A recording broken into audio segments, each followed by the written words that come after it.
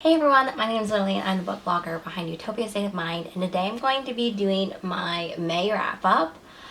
I, for some reason, was all ready to do kind of mid-year wrap-ups or like mid-year tags, and then I realized as I was getting started that it was only halfway through, not really halfway through, it'll be halfway through at the end of June, so that's where I am. This is my small stack of physical books that I have here. It is not at all the amount of books that I read. Just had to get my notepad here. In total, I read 42 books in May. That is a lot of books. It's over a book a day. I was listening to a lot of audiobooks, and also I was pushing to finish a lot of books for my panel. I think I mentioned that in my April wrap-up, but yeah, that's kind of the mental state I was in at the moment, so I had to really push to get a lot of things done. Of the 42 books, 14 of them were with queer characters, main characters, and so that roughly equals to 33%, so there we go. And 23% of the, 23 of those 42 were with characters of color, and so that equals about 55%. So I think this may be the first month, no, it can't be the first month. It feels like the first month that I've actually gotten my target goals reached, but it can't be the first month. So I must be miscorrecting, or miscorrectly remembering that, but I think that I've done it in the past before. But 33, 55, so even better than 50%. I had 12 favorite reads for May, and they are almost all contemporary. It kind of makes sense. May and June and July to me are just kind of like contemporary summer romance or contemporary romance time. And so the fact that I only have 5 that are not contemporary books, that's just where the summer is going to take me. Let's just talk about those ones first. I have 2 middle grades. The first one is Zachary Ying and the Dragon Emperor. I only written down the first part of some of these titles, so forgive me if I get that wrong. But it's Zachary Ying and the Dragon Empire. This one was fabulous. It was managed to be action-packed and also very thoughtful and introspective. Like, it manages to have the main character, Zach, go to China, but then to be in China to really think about China's policies, to think about China's politics, especially because he is part of a marginalized group within, or that come from China. You know, there's more that goes into it, so I don't really want to get into that one because you just need to read the book. But what I loved about this was that it was just so conscious and so aware, but also also tackling complex issues like diaspora feelings and also not being connected to your culture and how that is complicated by your relationship with your culture to like China, for example. All of that, and then also the action and the action way that it was framed, kind of like video game style, was also really fabulous, and it could just make me kept wanting to read, or made me want to keep reading.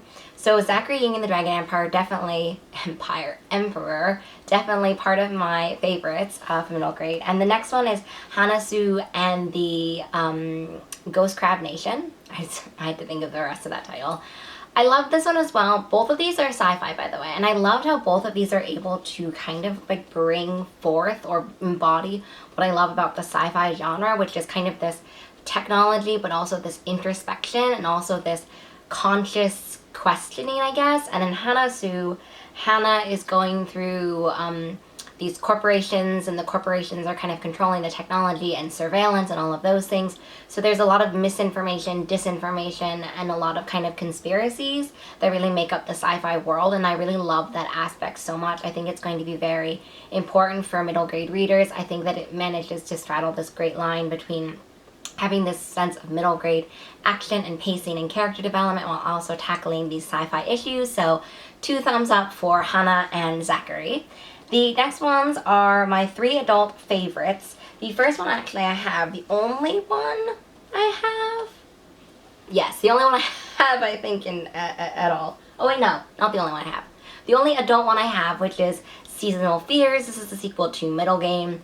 I just loved so much this world. I feel like in Middle Game and in Seasonal Fears, there's always a very heavy period of questions and confusion at the beginning, but if you push through it, the way that this world has kind of opened up, and Seanan McGuire has opened this world up in general, it's has about halfway through, you kind of start seeing the connections between Seasonal Fears and Middle Game.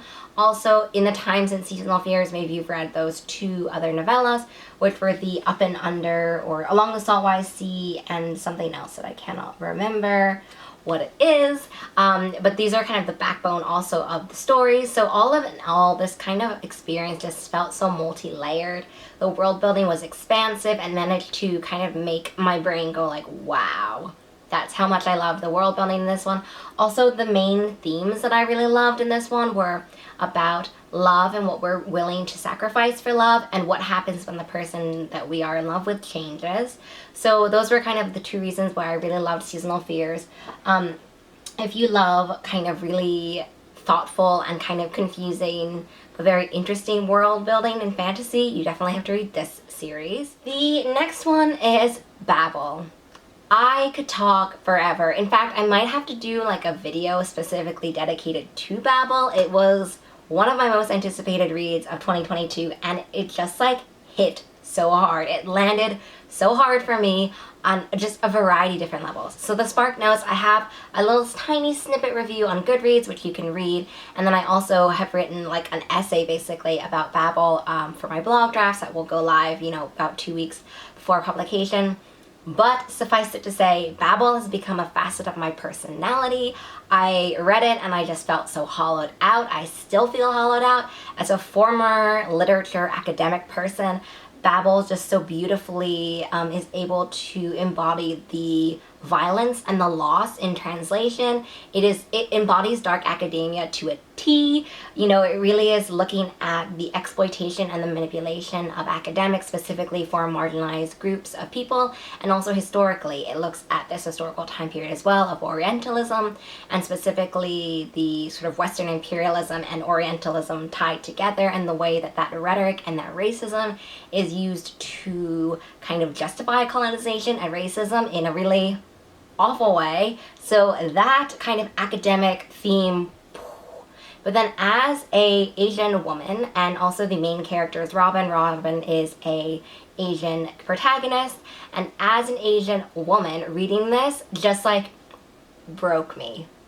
It broke me. The way that it talks about racism and this insidious kind of comments and overt, like explicit, implicit racism, and also the internalized racism we feel as well, and the ways that it struggles with this conflict about being, like, for example, too westernized to really fit back in when we go back to, for example, our homeland or our cultural kind of origins, and also how we feel in like Western society. So specifically for him at Oxford, where he's also like uses the exception for things like, oh, all of, you know, everyone like you is like super lazy, but you're obviously different. And so how that dichotomy and how that conflict feels like internally kind of ripping you apart, that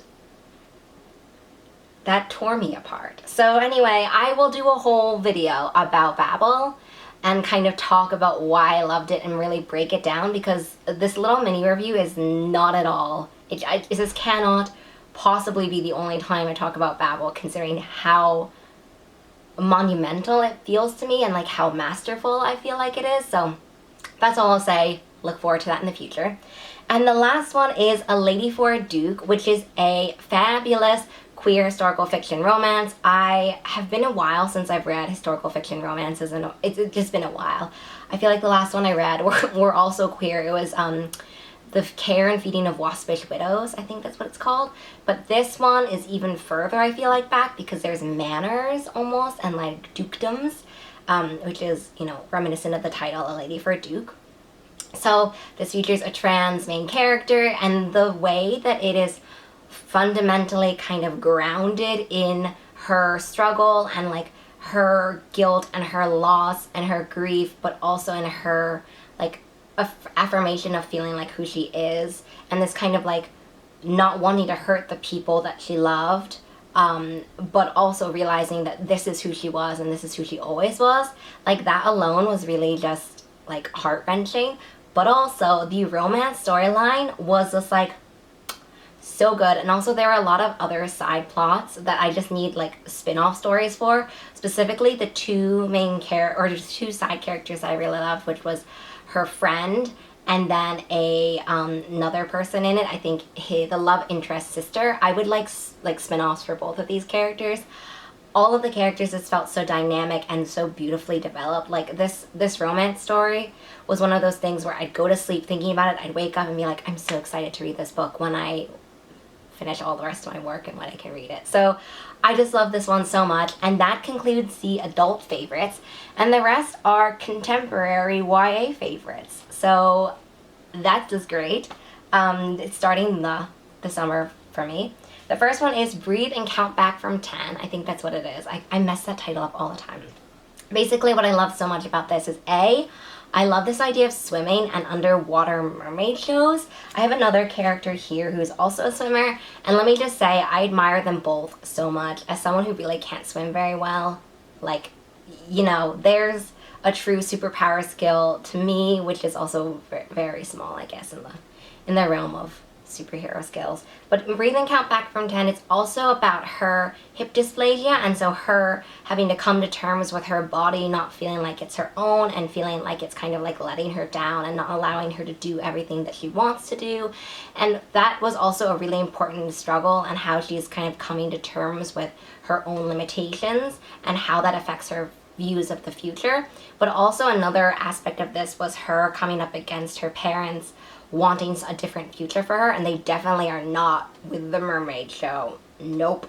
So all of this just made it super, I want to say heart-wrenching, but like really emotional in a variety of different ways, multifaceted ways, that just made this read so good. And the ending feels so affirming, and so like, it feels like those journeys where it was really hard, things didn't really work out always how you want it to be, but at the end it just feels so good.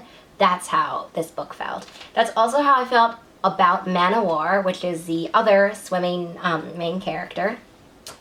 Man o' War was just so fabulous, not only in the way that the main character has to break down their internalized racism and homophobia and questioning their identity and their sexuality. All of that was super heart-wrenching, and specifically them having to break down the internalized racism and the internalized kind of feelings that are also related to their family, so their mother and also their brother, I think. All of that kind of wrapped up into one was probably the most heart-wrenching for me, especially since I've also struggled with my identity, specifically as a transracial adoptee, so there. But also what I loved is that it still is also a story about love and friendship and discovery. I felt like the emotional highs and the emotional lows were really well balanced in Man o' War, and that's ultimately why I really loved that book. The next one is Love Radio, and basically from beginning this book I knew I was gonna love it. The characters are so detailed and descriptive, and they come off immediately that way. I just could not get over how vivid and bright these characters were in their internal narration, its dual perspective, and how detailed and developed they felt, even though like there's a long way to go from the beginning to the end. So Love Radio, the characters were my favorite, and also this idea about like people having very different ideas about love. It's going to come up again in another book further down this line, but this idea about two people having such vastly different opinions about love, and two people feeling very different about what they think true love is. I think that theme has really resonated within me in these books, and specifically in the next book as well, which is Zyla and Kai. Zyla and Kai also has a dual timeline perspective, and what I really loved was that it feels really masterful in the way that the present timeline, the timeline kind of like, where is Zyla and Kai? Did they break up? Did they run away together? What's happening? Is all told in present, but also from different people's perspectives. And it really makes you think about all of these characters around the main characters' lives who are thinking about their conceptions of the relationship, their own opinions, their own judgmental opinions, their biases, all of these different things. It really makes you think about how other people think about how your relationship, and that's part of the book. Like, at the end of the day, all of these people can think anything they want about you and your partner, but at the end of the day, what do you both think? Like, what do you think is going to keep you together? Is it worth it, basically? And that's why I love Zyla and Kai. I skipped a little ahead, but what I love also was the summer of bitter and sweet. Like, I cried so hard when I read this book. I'm obsessed with it, basically. The main character is going through a ton of things. This is also another multi-layered YA contemporary debut, which has also felt a little bit like Breathing Count Back to 10, where there are so many things that happen in this. There's so much racism, there's so much there's so much questioning of sexuality that it just feels like once you've gotten to the end of it and the end of this, no, not the end of the character's journey, but at the end of this part of the character's journey, it just feels so satisfying and so affirming to be at the end. And it is one of those books where, like, it was heart-wrenching to the 9th degree, but at the end of it, I just felt so, like, settled, basically. So in The Summer of Bitter and Sweet, this main character is not only dealing with the intense racism against her, and also her having to rethink about her own sexuality and realize, there's one of those things where it's like, oh, I didn't realize that this is how I felt and that no one else really feels like that. Kind of like that TikTok sound, which I can't remember. But also then there's these other things about her ex coming back into town, and then there's also her absent father, who is also, like, searching for her, and her mother is gone because she's on kind of like a soul searching journey of her own. So there's just a lot of things that are happening in The Summer of Bitter and Sweet, but it is, like, heart-wrenchingly gorgeous, basically. The next one is Private Label. I loved Private Label so much. I can't review this unbiasedly because the main character, her mom is diagnosed really suddenly with cancer, and that just, like, struck too close to home. So much of the terminology, so much of the thoughts, and so many of the, like, conversations that her and her mom are having mirrored my life so much that I just can't, like, one of those things where I tried really hard, but at the end of the day, this just, like, rung so close to home that I just basically had to love it. At the other end of that, too, the main character is really struggling with kind of reaching for her dreams and what will it take for her to achieve her dreams, and kind of having to believe in herself. So that obviously really resonated as well. There's also a very sweet, precious romance storyline. It's dual perspective, so his character's journeys also was just really sweet as well, and also coming up against family expectations, especially for your future, and, like, you versus your family as well. All of that in this book. Just love this to pieces.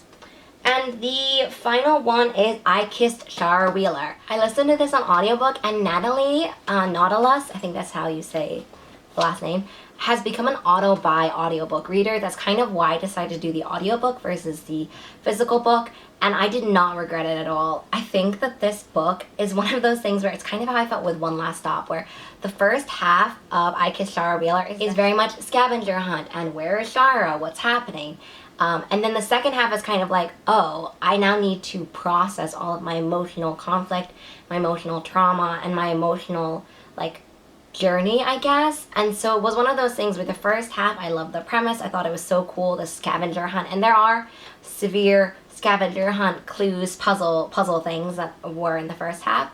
And then the last half just has all this deep emotional kind of discussion about feels denying, and also about kind of, is it too late to change, and who are we really, what really matters to us when things kind of change what we think matters to us. And so that's why I ended up really loving I Kissed Shara Wheeler. I felt like it delivered both of these vibes really well into an experience that I, at the end, where I was kind of like, yep, I had a really, really fun time reading this one. So that is the end of my May wrap-up and all of my mini reviews for my 12 favorite reads, basically, of May. Please let me know down below what some of your favorite reads of May were, and I will see you in the next one, maybe where we're talking about Babel. Alright, bye!